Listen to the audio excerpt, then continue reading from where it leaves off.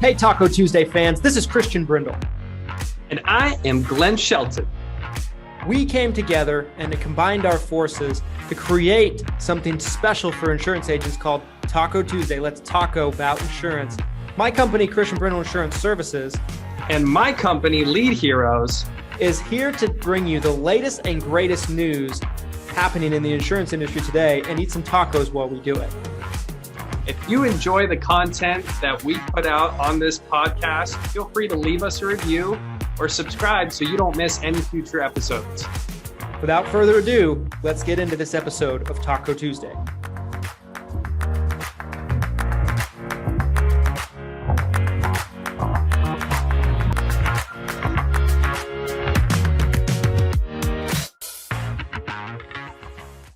Beautiful. Did it work? Did it work? It worked! We're live! Taco Tuesday. Taco Tuesday troops!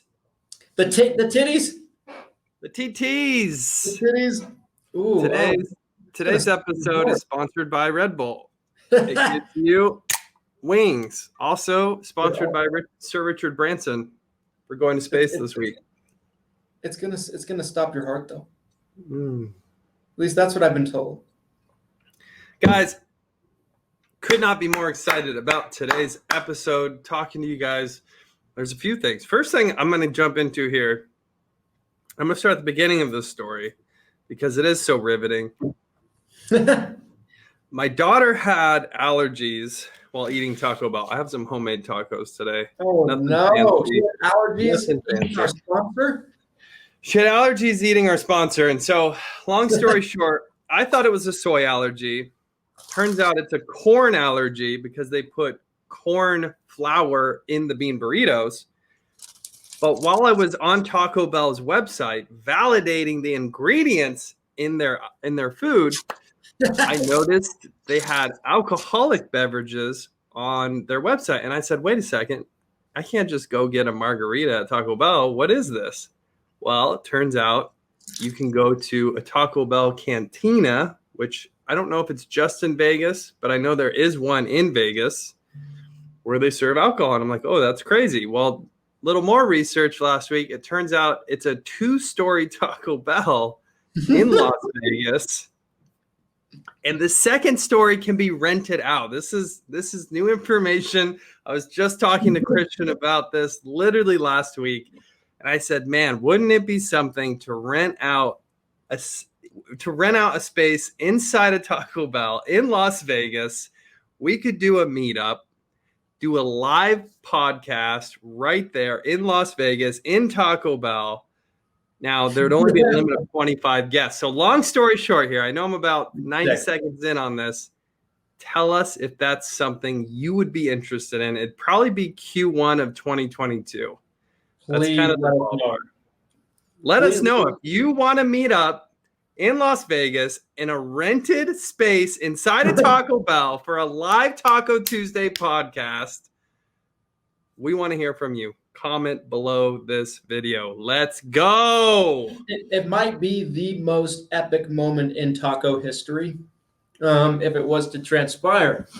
So, but we need you guys to let us know you want to know about it, because if we invite 25 guests and we actually do this and it ends up just being me and Glenn and no one comes, it's going to be kind of sad. We got the Taco Bell employees just watching us. Hey. I mean, you know, I guess if free conferences can sold out, then I guess anything's possible. But let us know, guys, what you think about that. Can I start off today's episode with a plug? Please do. So next Wednesday, guys, before I leave for 8% Nation, just in case you didn't get the memo, on the 21st, I'm going to be doing a live webinar on content creation marketing strategy about how to come up effectively with good content on different platforms and how to have it all tied together so it all helps each other instead of just all takes up a bunch of individual time. I'm really excited about it. It's going to be a 1-hour webinar. It's currently $20, a little bit under. If you want to buy the recording will probably be $50. So if you watch it live, You get it for $20, plus you get the replay and watch it as many times as you like. So please don't miss that. I'll drop a link to that when we're done streaming in the comments. And don't miss it, because I'm really tired of doing these webinars. I don't know how many more I'm going to do. Could be the last webinar. Very well could be. If you guys don't show up, it's the last webinar. Like, screw it. I know good amount has already RSVP'd, so I just want to make sure that as many people come and tune in as possible. So So you have homemade tacos today. Let's see what you got. I already ate one of them. It's nothing special. It's almost burrito status. You have cheese, some spices, beans, meat. Very simple, you guys. Very light on. It's like a very street taco experience that I'm having. If you can't see that taco and you're listening to us, which, by the way, we are available on every podcast platform. If you guys just want to binge, the 40, what is this, 45, 46? We're getting up there. I know, it's ridiculous. Like, pretty soon we're going to be in the triple digits. Yeah, we're coming up on triple digits. But if you want to listen to previous episodes, all of them are uploaded on the Six Figure Medicare Agent YouTube channel, as well as anywhere you can listen to podcasts. You can get the audio of all of our episodes. So definitely check us out. Leave us a review. Tell us what you think. But to get into today's episode, actually, before we get into our topic, which I'm really excited about, because I'm very passionate about this topic. What happened with, did you do taco roulette today? Oh my gosh, so we did do taco roulette today. Okay, so taco roulette. What happened? It's gotten to the point where there's about 15 different choices on taco roulette. So it's very stressful for all of us, especially me, because especially you. I don't like about half of the choices. And half of them are going to bankrupt you as well, probably. Yeah. I mean, if it's Cafe Rio every week, we might as well just have it a wrap at this point. But today it landed on El Pollo Loco, and it's okay. I ended up getting about 7 or 8 tacos because I was really hungry. And they are chicken tacos. They're actually very, very tasty, very delicious. Although they come with onions, and I hate onions. So my thing lately is I tell people I'm allergic to onions, because if I don't, they don't listen to me, and they put them on anyway. Right. But now I tell every single person everywhere I go that I'm allergic to onions, and they never get it wrong, ever, because they don't want to lawsuit. So every time I see El Pollo Loco, I think of Breaking Bad. Me too. The El Pollo Hermanos, the Chicken Brothers, right, from Breaking Bad. If you guys haven't seen that, fantastic show. Glad to hear you're still doing taco roulette, though. I think that needs to be, maybe there needs to be a taco roulette app. Just like its own app that people can download, so they can, you just roulette all of the tacos closest to you. I think it's a fantastic idea when you can't make a decision. I think that's actually a multi-million-dollar idea, and I think we should get on that. One of many. I'm gonna have to put that on the list. Today, though, you guys, today's topic.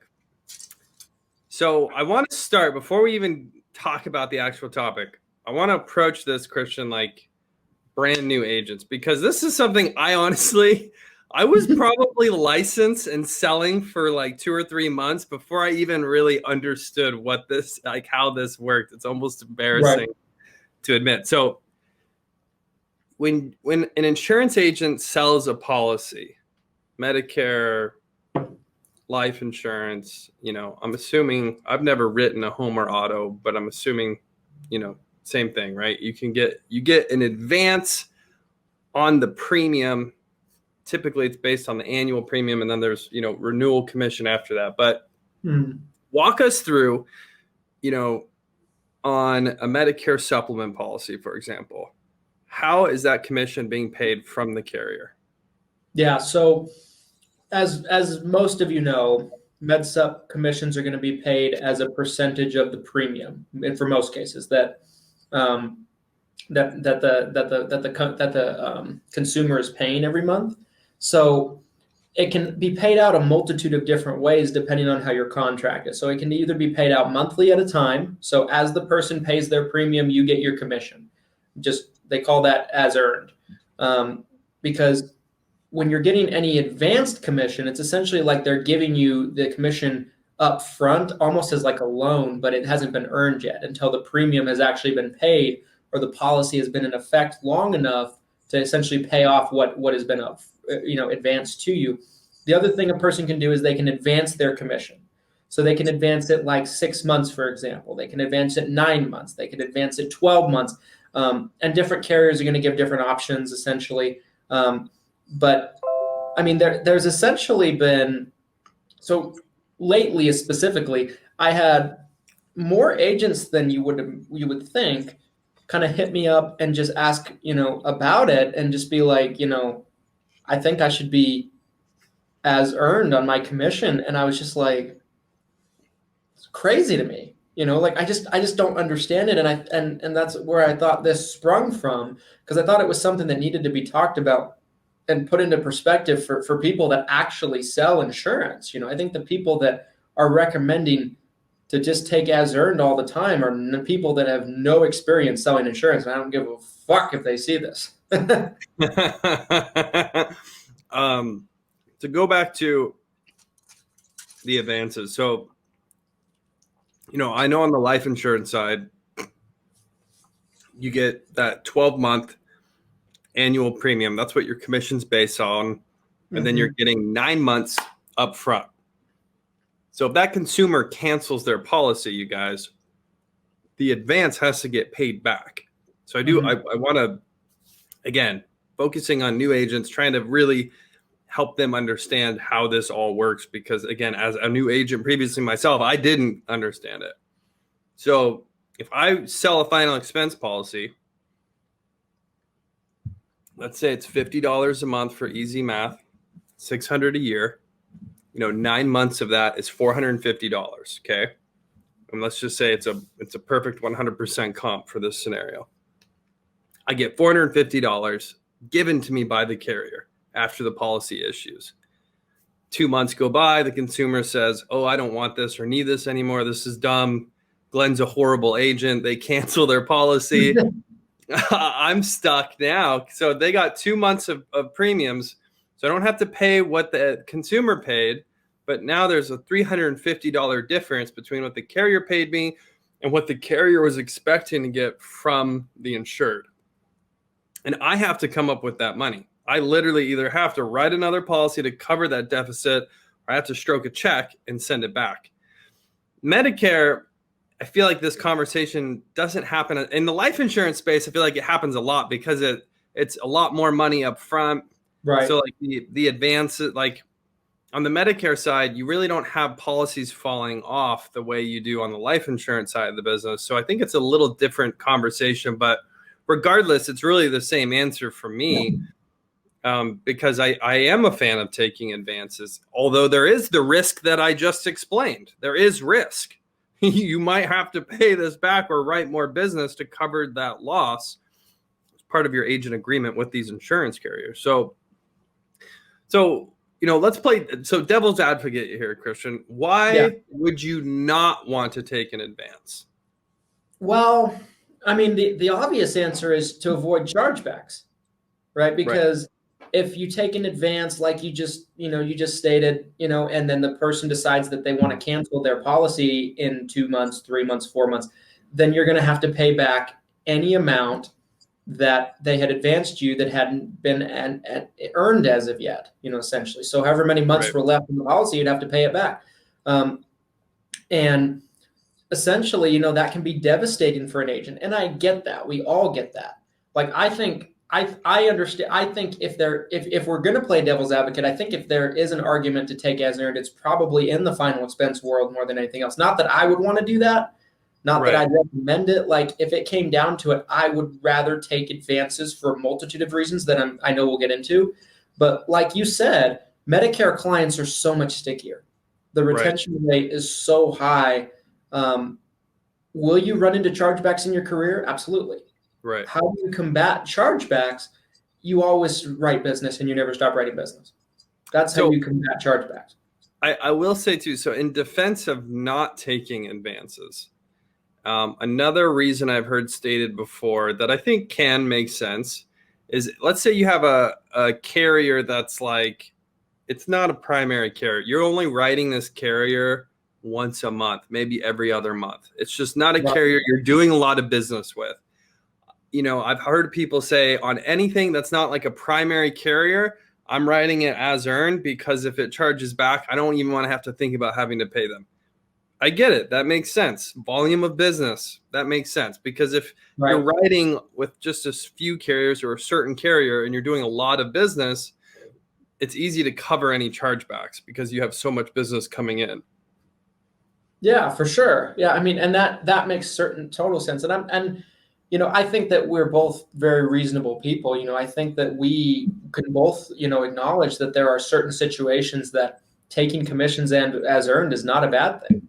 To be transparent, I myself, on a majority of my Medicare supplement contracts, are set up as earned right now. Right. But that wasn't until about 2 years ago, to where, we really didn't need the revenue like I felt like we did before, and so that way we felt like we didn't need to deal with chargebacks. But so I definitely think there's a place for it. I don't think it's necessarily always a bad idea, because and some uplines too won't give advances for new agents because they're worried about roll-up debt. So There isn't necessarily a completely, open or closed conversation. But I mean, I'd say that'd probably be the main reason against it, is because, one, a lot of uplines won't allow you to do it unless you've been an experienced agent. Right. Two, if you're dealing with an obscure carrier, that can be annoying to have to deal with the chargeback. And three, you might want to not have to deal with chargebacks, period. Or maybe you just write business seasonally, or you only write certain times of the year. Maybe you're just doing it part-time, or whatever the case might be. So there's certainly arguments to be made. I think that I mean, I can't think of any other reason why someone would say, hey, this is why I'm not taking an advance. I think we kind of hit the main reasons. By all means, you guys, I'd love to hear from you, Taco Tuesday troops, if there's any other reasons why you think you shouldn't take an advance on your commission from your agency, from the carrier. Comment below. Let us know what you think. But I think those are probably the main reasons. Now, the flip side of it is, how does a brand new agent feed himself, pay his expenses in his business without taking advances, especially if you don't have money saved up coming in? I see it over and over where agents will be like, oh yeah, just come in. You have 3 to 6 to 9 months worth of expenses saved up, and then come into the insurance industry and you're good. You'll figure it out in 3, 6, or 9 months. Yeah, that's great, but not everyone has that. And there's a lot of agents that get into this, get into the business. They don't have the savings that they should. And I think that's where advances can be so crucial for them. Yeah, I think the argument for advances, of course, is you got to put food on your table. A lot of these agents have families, right? Like, you had a family when you started out. You were married. I think you had one kid, right, when you first got into the business? Yep. The second one on the way, if I remember right. Mm-hmm. And so that's a lot of bills. Yeah. I have one kid. I know how that can be. You gotta put food on the table for your family. I feel like for a new agent to be told that you should take all of your business as earned and never take any advances, I just don't think it's necessarily sustainable for a lot of new agents for that reason. Me as a new agent, I took advances on everything I could because I had to. I had to survive. Yeah. Yeah, there's definitely a group of agents that wouldn't survive if they didn't take advances. The other thing to talk about with this too is when a carrier advances you, and I think every carrier is specific on this. And it's my understanding that some carriers don't even charge interest. What's your take on that, Christian? as far as the advances from the carriers, them charging you interest on that. It's not, is that every carrier? I know some carriers it's like 1%. Right. Well, I think, I don't think it's every carrier. On the carriers that do it, like you said, the interest is minimal. I think it's just irrelevant, in my opinion. I just don't think it's really that big of a deal because the amount is so less. I think it could be a deal if you racked up like 50 grand of chargebacks or something like that.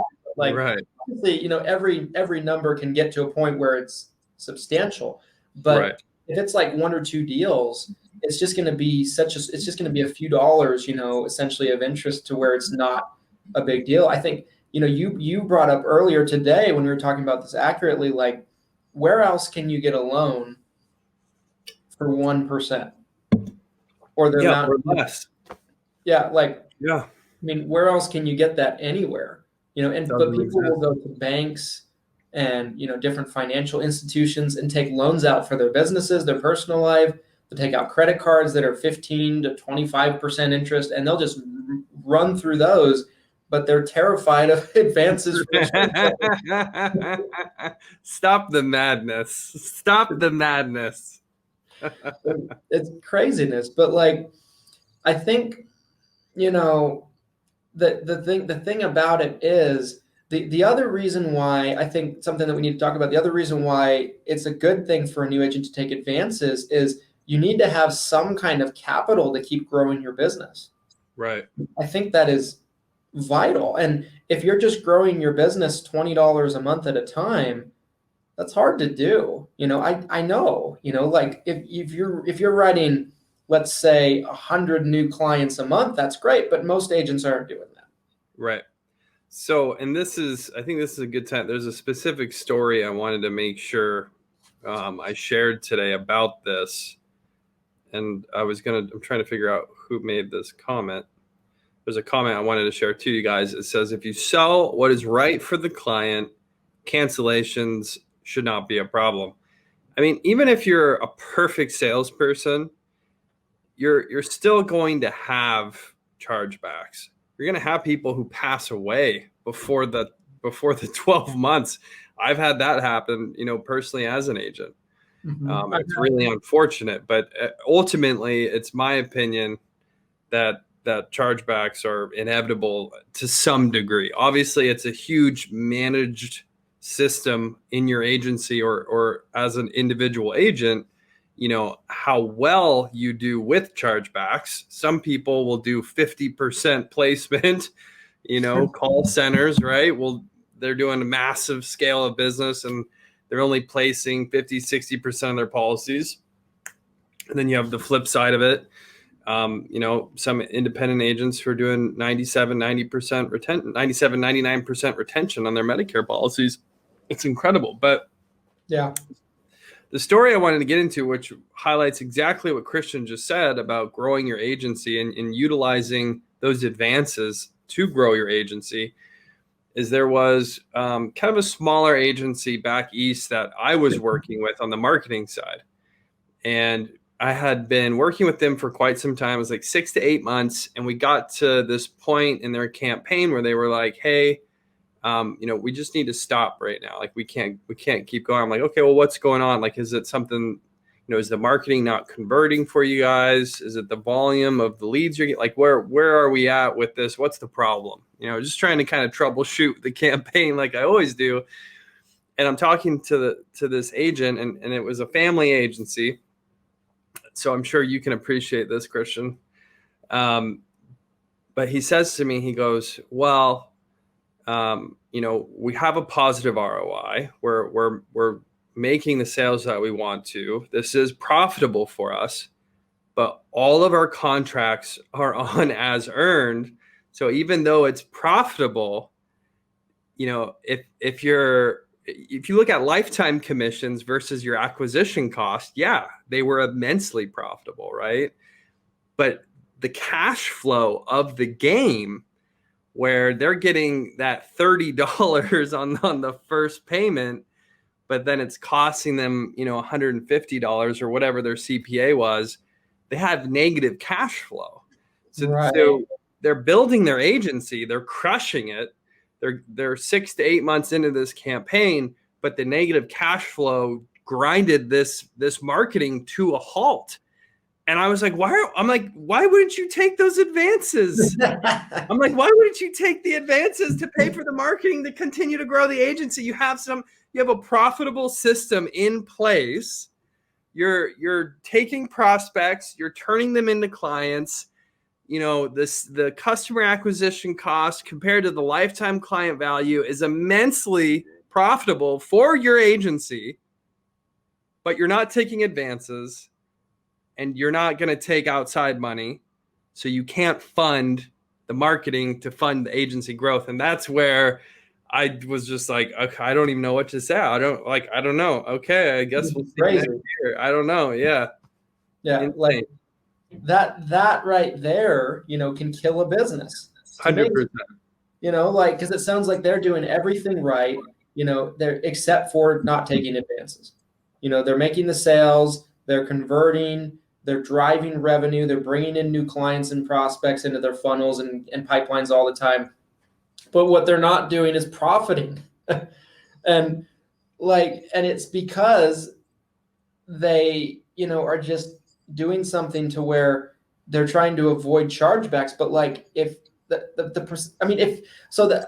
I wanted to reference too something that comment said earlier too about, selling the right thing for the client. My approach would be, and I've been selling insurance for 8 years now, I would say my approach would be selling the right thing for the client. Cancellation should rarely be a problem. There you go. Not never. Yeah. I don't care if you're Jesus, you're going to have a chargeback. Not everybody converts to Jesus, that's the way I would look at it. Oh my gosh. And there goes our Christian audience. And they just shut down. I don't mean that in a disrespectful way. I'm saying right. Nobody, I don't care who you are, has everybody like them at the end of the day. Right. Everybody stick with them, right? It doesn't matter, you could be 6'5", devilishly handsome. You might have like a banana in your pocket kind of thing. Like the old ladies love you, but you're still going to get charged back sometimes. You might get them less often than me, but that doesn't mean that you're never going to get a chargeback. If you do this long enough, you're going to have a client die. You're going to have a charge. You're going to have someone cancel. It can happen for a myriad of different reasons, even if they didn't want to leave you, like if they died, And so I would say that situation is absolutely crazy because, if they were taking advances, they could just put pedal to the metal and continue forward with what they're doing that's working, and they could scale more. But they can't because they don't have the capital. And so to go back to that situation, because it's really like, as we're talking about this, I'm thinking like, it's a fear-based decision. It's fear from the agent or the agency owner that this is going to go badly, that I'm going to take too many advances and I can't pay it back. So you're making this decision based out of fear. And that's just not, I don't know, it's just not the way to operate. It's crazy. It's absolutely crazy.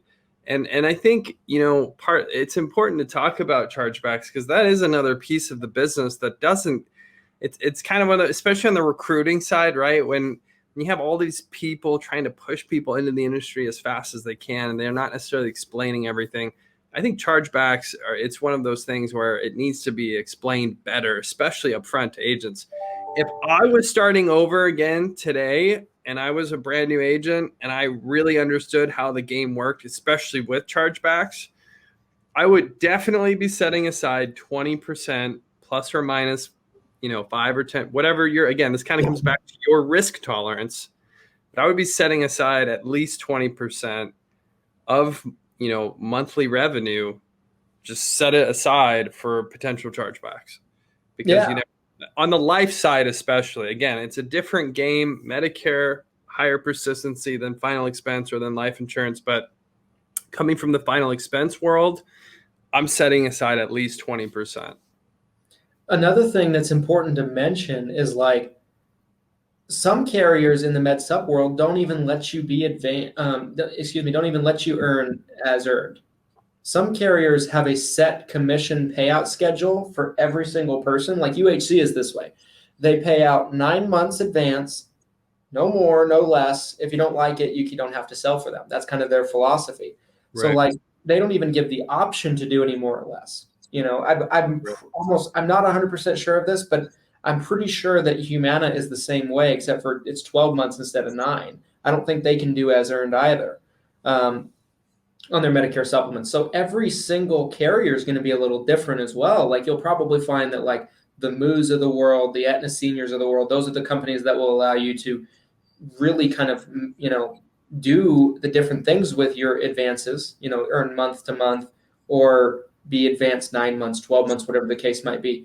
Medicare Advantage, you can't be as earned. Medicare Advantage is advanced, like all the way through, you know, for all the major carriers, there's no other way of doing it, you know? And so it's an interesting concept when I hear people tell people that like, you should never be advanced. I'm like, well, what that tells me is like, okay, have you ever built a business? Have you ever built a book of business? Because you don't know what those struggles are and what you might need that cash flow for. Like if all you do is recruit agents and you just have an army of agents that sell under you and you don't do anything yourself, like I understand where you're coming from. Like you just have a different view of the world. But you got to put yourself in the shoes of an agent. And I'm an agent, been an agent for a long time. You've been an agent. And there's so many more reasons to take the advances than to not, in my opinion. Well, what's the alternative, right? So if you're trying to cushion cash flow, which is, again, it really does come down to cash flow. Cash flow is king, as someone commented. I couldn't agree more. It's all about cash flow.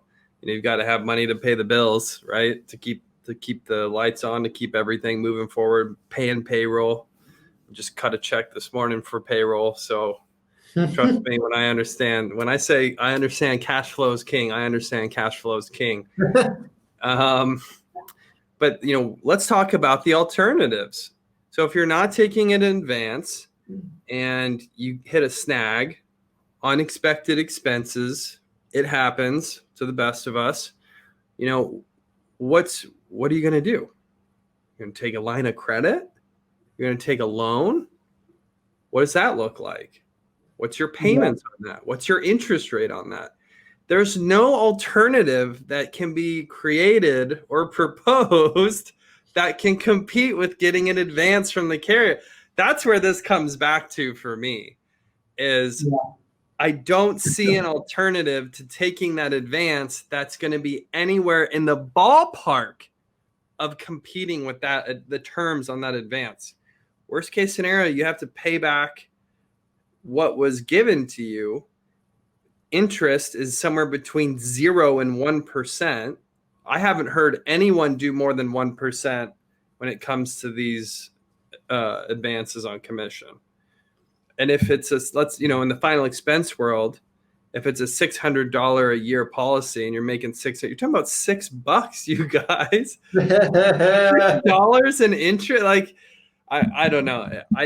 I don't see a logical explanation to not taking the advance unless you have the cash flow so squared away. You're in like Christian said, where he's at.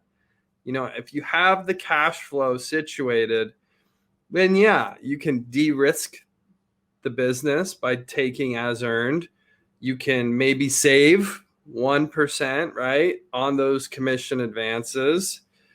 It can maybe even kind of stabilize the cash flow coming in because you're not getting like those big numbers on advances. But overall, and I was even telling Christian this earlier, I'm like, you should even be taking advances still to grow your business, even where you're at, even though I know you have the cash flow to handle your expenses.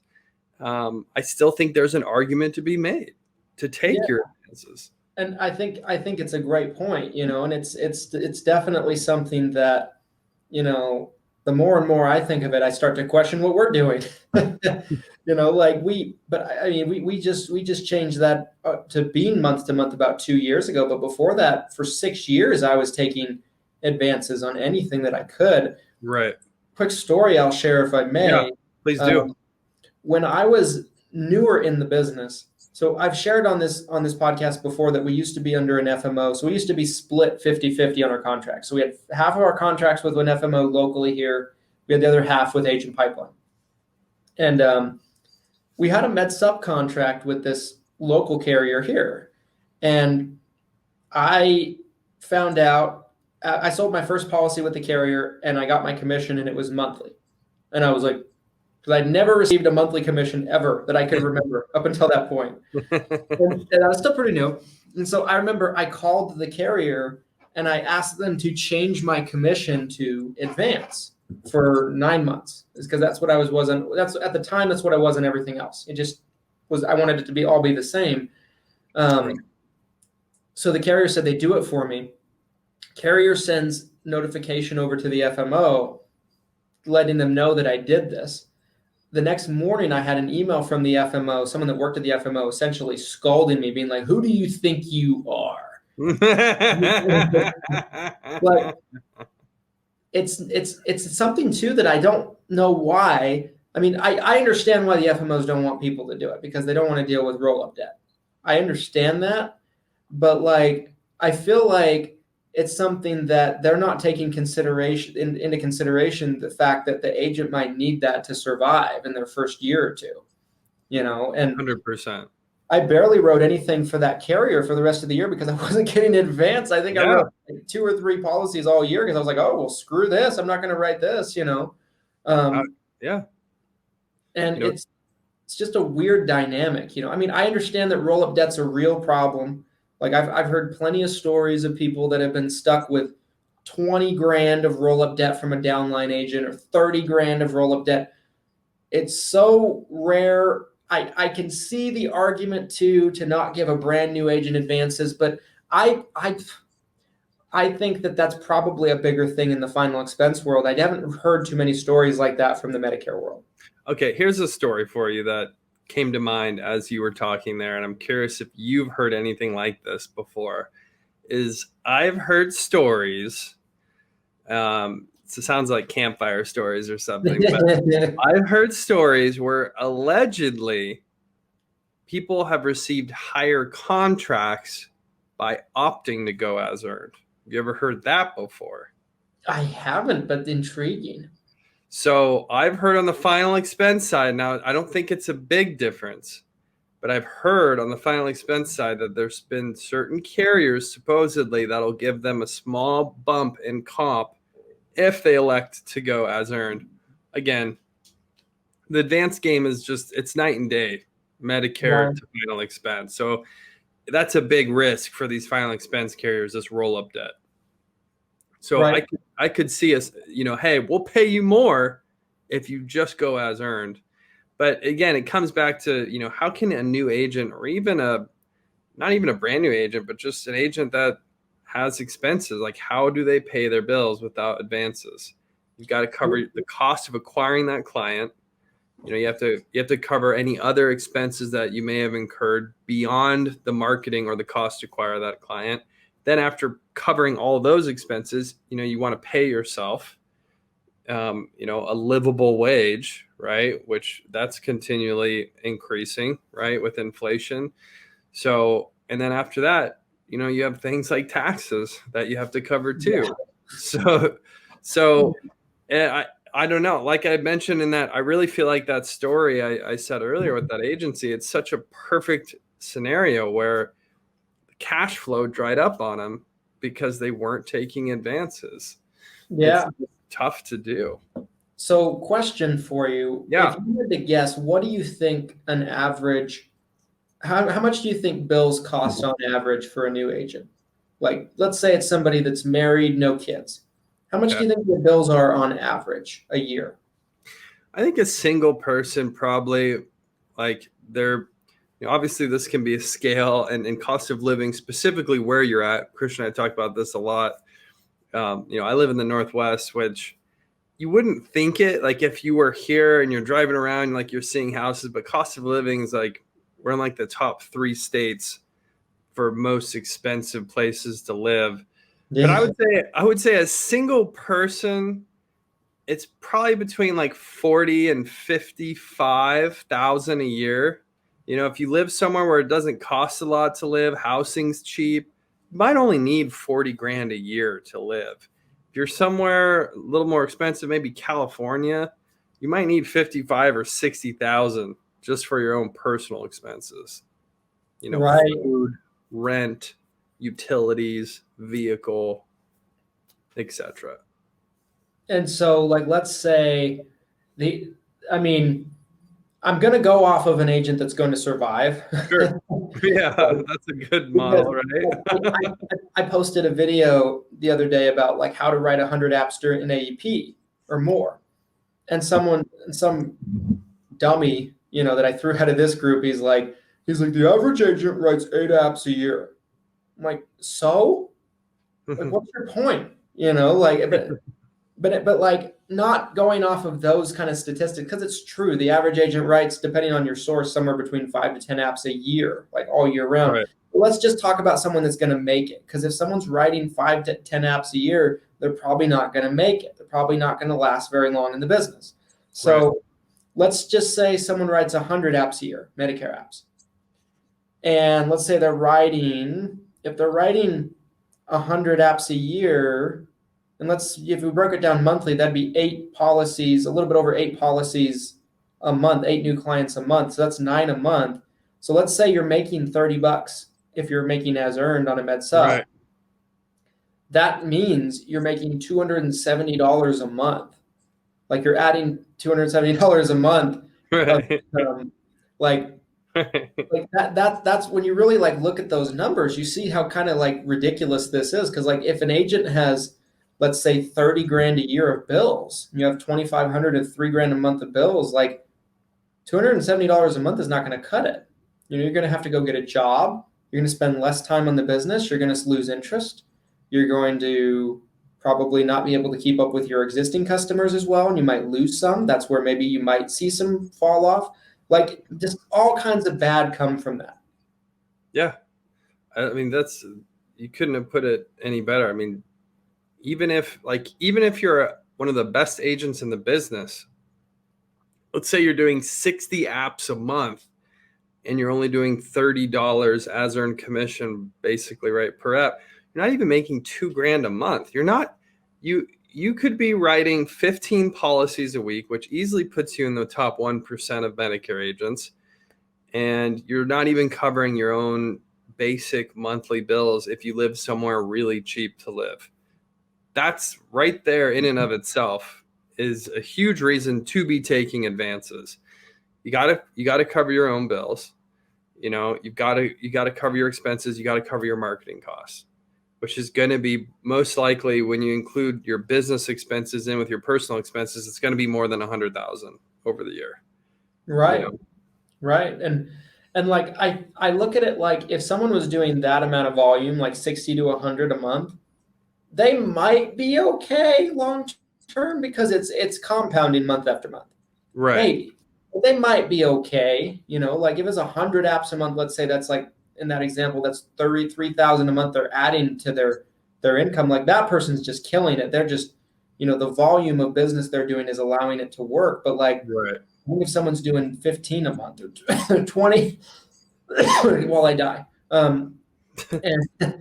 But I think for 99.9% of the agents out there that aren't doing 60 to 100 apps a month, they're going to need some kind of advances to just get through that first year. Like we always hear, I know you've heard it a million times and I have too, like the first couple of years as an insurance agent are the hardest because you're building up. Yeah. And those advances is what gets you to that point. Yeah.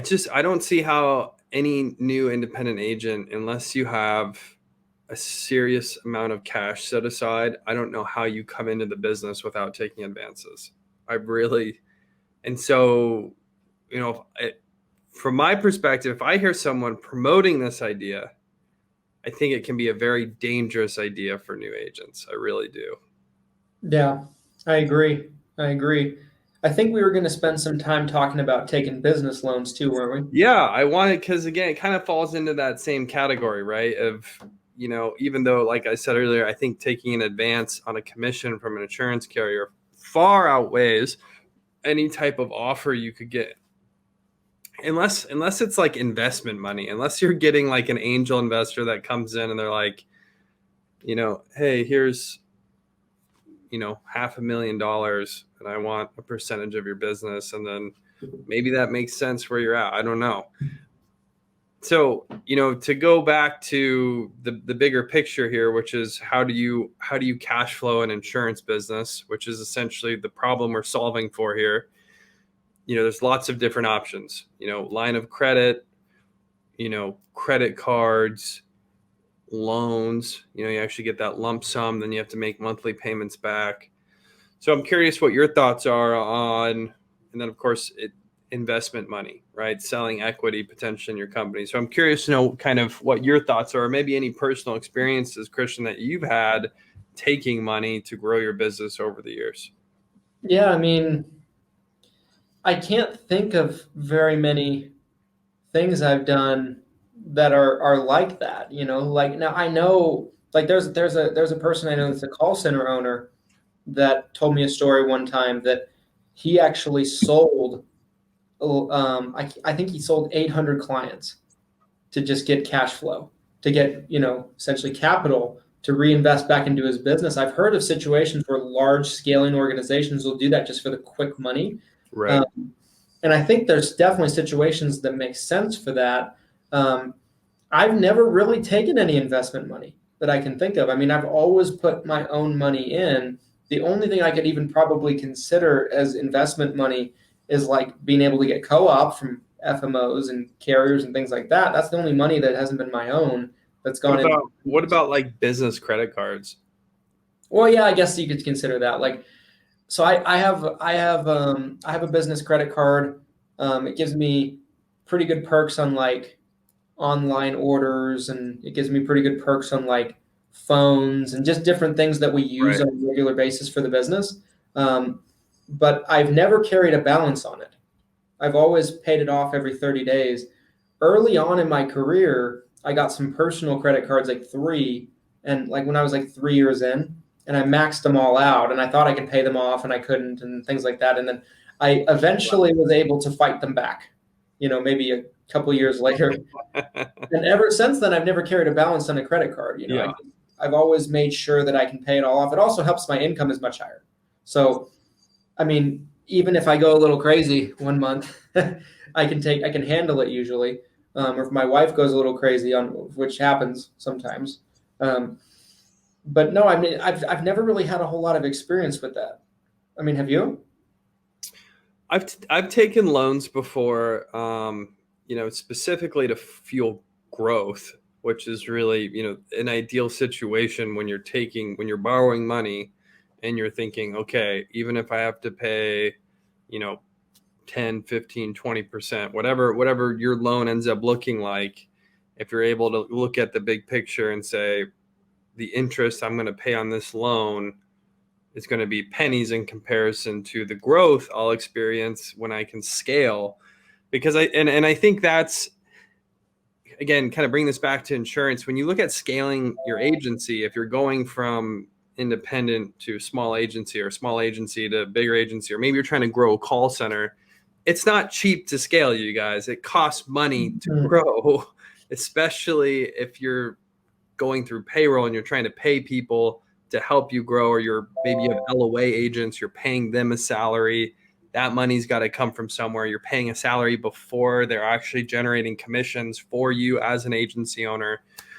And it can be tough. It's like it's kind of like having a baby, where like, it's never like, oh, now's the perfect time to have a baby. It's time to do it. Like taking a loan for your business, in my opinion, is the same way. Like, there's never a perfect time where it's like, okay, now here's a perfect time to take a big fat loan and figure out what to do with the money and the interest. It's never like that. So you kind of have to, it's a probability game. You try to figure out, okay, if I take this money, can I get to here? and will the cash flow make sense for doing it? Yeah. So, I mean, I've taken loans, all the way up to multiple 5-figure loans that I've been able to pay back. And generally speaking, I'd say it made sense to take those loans to help fuel growth within my company. But you have to be really careful, you guys, because it can be a very slippery slope. And the last thing you want to do is to get in a situation where you have a negative cash flow and now you can't pay that loan back. Right. So, how long did it take you to pay those back? The biggest loan was a $50,000 loan, and it took almost 2 years to pay back. Dang. Yeah. Do you remember what the interest rate was on that? It was 11%. Dang. Yeah. But you ultimately look back on it and you're like, that was a positive thing for Lead Heroes. For sure. Now, for sure. At the time, I was terrified. For sure. Right. That's a lot of money. And when you're spending it to grow, it goes fast, right? Because you're trying to get to that next step fast. And again, most of that goes towards payroll. So, at the time it was scary. And at the time I definitely didn't, there's no guarantees. There's no, like, you take the money, you're going to get where you want to go. But now, hindsight being 2020, I would say it definitely made sense to borrow that money at the time. That's interesting, because I think a lot of people that end up watching this that are, their ultimate goal is to scale. I think that comes down to me. Like, what I get out of that is, like, you took a gamble on yourself. You took a risk on 100%. yourself, and it ended up paying off. And sometimes, guys, you have to just get comfortable with being uncomfortable. I mean, I've never taken a business loan, but if there was ever a situation where, I felt like it was something we needed to do to push to the next level, I mean, it's something that I would hate to do. It's something that would make me very uncomfortable. But sometimes those are the things you have to do to kind of really get over the certain humps. Yeah, 100%. If you're going to gamble, if you're going to invest, right, the stock market, right, it's basically a casino. Wouldn't you rather bet on yourself, right, before you bet on a publicly owned company or, real estate or something else where you're hoping? At least when you bet on yourself, there's a degree of control that you have that you don't have in an investment scenario, right? Right, for sure. For sure. Like, one thing, I don't know if I told you this, but I liquidated all of my stock market accounts recently. I sold every stock I own because I was just like, I think this should go all back into my company. And I think it's stupid. Arguably probably a good time to do that too, based on where the market's at. I thought so too. I walked away with a pretty good gains. That's not we're just like our stock episode. We are not financial advisors. This is not financial advice. However, the market appears to be highly inflated right now. Yeah. Yes. Like, it just, I mean, buying Disney stock for like high 80s, low 90s last year during the pandemic. And I think it was like 170, 180 when I dropped it. The gains were great, but I just figured, I just came to this realization that I was like, this money is so much better invested into my company. 100%. And it wasn't a ton of money. It was like probably a total of 20, 30 grand.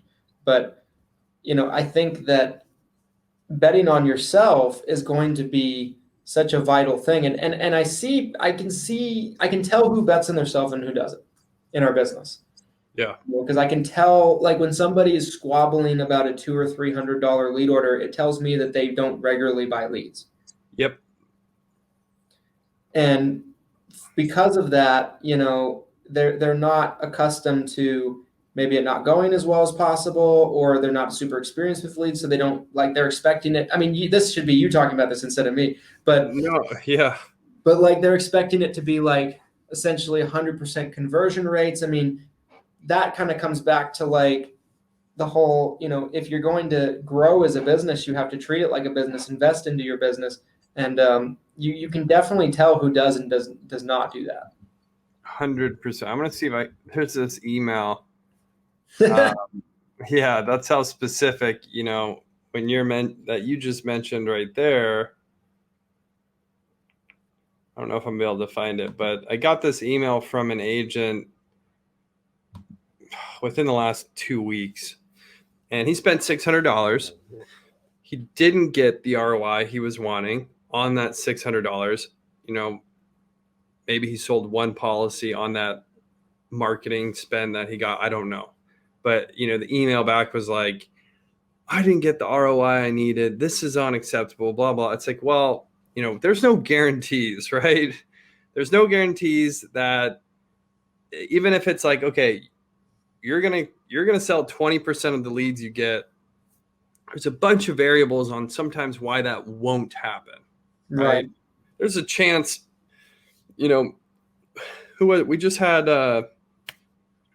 last week, Matt Timmons. Matt Timmons. Yeah. Matt talked about going 0 for 25, right? Yeah. That can happen, right? Shout out to Matt. So, you could get 25 leads and sell none of them. There's no guarantees here. And so when an agent spends a small amount of money and they're really gambling because they're hoping that they're going to, here's my last $500 or this is all I can budget, and they don't get the ROI they want. It's like, well, maybe you should look at it differently and you should be spending more money and understand the law of large numbers here, where if you spend 10 or 20 grand on marketing instead of $100 or $200, that amount of money is going to drive a lot more prospects your way. And even if you close a small percentage of those prospects, you're still looking at, a positive cash flow gain. And so, yeah, I mean, 100% betting on yourself, betting on your agency, understanding, how money can be used. I know I've said this before on Taco Tuesday. I think what's really missing, and I'd love to see, potentially a whole conference geared around money management, business basics for agents, because I think that is something I needed when I was new, and something that I think a lot of agents struggle with is how do you manage expenses? How are you going to budget for your business? How are you budgeting for marketing? What are realistic expectations year 1, year 2, year 3? It doesn't have to be a complex plan. It doesn't have to be financial planning. It can be really simple, but still it has to be done. Otherwise, you're just kind of, you're disorganized. You're spending money here, spending money there. You don't know exactly what you're doing, where you're going, how you're going to get there. And I see it every day. I see it every single day in our industry. Yeah, for sure. Like, I know for me, and I know I've shared this with you before many times. I don't remember exactly the year. I want to say it was year 3, might be year 4, before I actually started investing money on leads. 3 or 4, because for years 1 through 3 or 1 through 4, whatever it was, I don't even remember exactly, which year it was. I had no concept of investing in my business. Zero.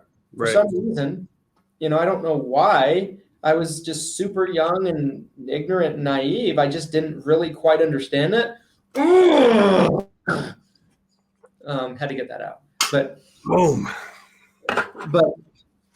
But it's just a concept that that I did not understand. I was just pounding the pavement. But like, I look back and I'm like, a big regret for me is like, if someone had sat me down and been like, listen, asshole, like, you'll be spending your money on this and that and this, like, don't go to Malaysia for a month. Don't buy a cat. You don't need that damn thing. Just different things like that would have been invaluable for me. So I think that would be super beneficial. And if anybody's watching this that has talked about doing that or has thought about doing that, I'd be there if you showed. If you I'd be there. I would promote the hell out of you because I'm a huge believer. And I think it's more systemic than what I've even mentioned. I think high schools should do a better job of teaching financial literacy. I think colleges should do a better job of teaching financial literacy. It's not just insurance agents that struggle with this. And some of it's really basic. Some of it's a little more complicated. But, when it comes to just money in, money out, really basic accounting like that, using a software like QuickBooks, you can use a spreadsheet. It's not rocket science at all. Basic math that any layman or laywoman can understand. And it makes a huge difference if you understand how that works. It really does. It can be the difference between failure and success. Well, I love that. We're getting close to the hour mark. Should we give some final thoughts and wrap this puppy up? Yeah, I'd love to. I'd love to give some final thoughts. Again, talking about options when, you're in a pinch, you need money. I do want to share a quote from Mark Cuban, the legend. He says, sales cures all. And I totally agree with that. So, if you're in a pinch and you need 5, 10, or 20 grand, and I feel like Gary Vee kind of talks about this a lot too, the go-to before you're thinking, I need to go borrow money, I need to get a line of credit, I need a credit card, I need someone to loan me money. Before you do that, you should look at it, from a sales perspective. Well, how many policies would I need to sell to get to that number? Do I have assets or stuff that I'm not using that I could sell to get to that number? And I know that's how I look at the business, or really any business. First and foremost is, how can the sales get me there before I actually would need to borrow money to get there? So that's some of my final thoughts, you guys. I love it. And it's so true, I love that quote, sales cures everything, because it's so true. And you essentially are your best bank. You can just flip the switch and go out there and just do whatever you have to do. And in our business, there's no better business to do it either. Guys, my final thoughts is, when it comes to advances, I hope that you watch this all the way through. If you haven't, go back and rewatch it twice, maybe, if you need to, because I think you need to understand both sides of the coin. Don't just take advances because me and Glenn said you should. Don't just take as earned because someone else said you should. Yes. Make sure that you understand both sides of the coin, the positives and negatives to both sides, and figure out what's right for you. I feel like a majority of actual agency owners and business builders take the stance that they understand this concept, that you need cash flow to survive, because if you don't, and it's just limited, or, you're having it paid out to you over the course of 9 to 12 months, you can't utilize it as much, and I think you said it best on this episode, Glenn, but you can't live in fear. I think if you're afraid of chargebacks and that's the reason why you don't do it, it's because you're living in fear all the time. And having that scarcity mindset is not what's going to propel you forward in your business. So that'd be my final thoughts, you guys. This was a fun episode. I enjoyed it, and I'm sure it'll get a lot of good replay value. And until next week, guys, thanks so much for tuning in to another episode of Taco Tuesday. Taco Tuesday, troops. I salute your taco eating. Until next Tuesday. Adios. Adios, amigos.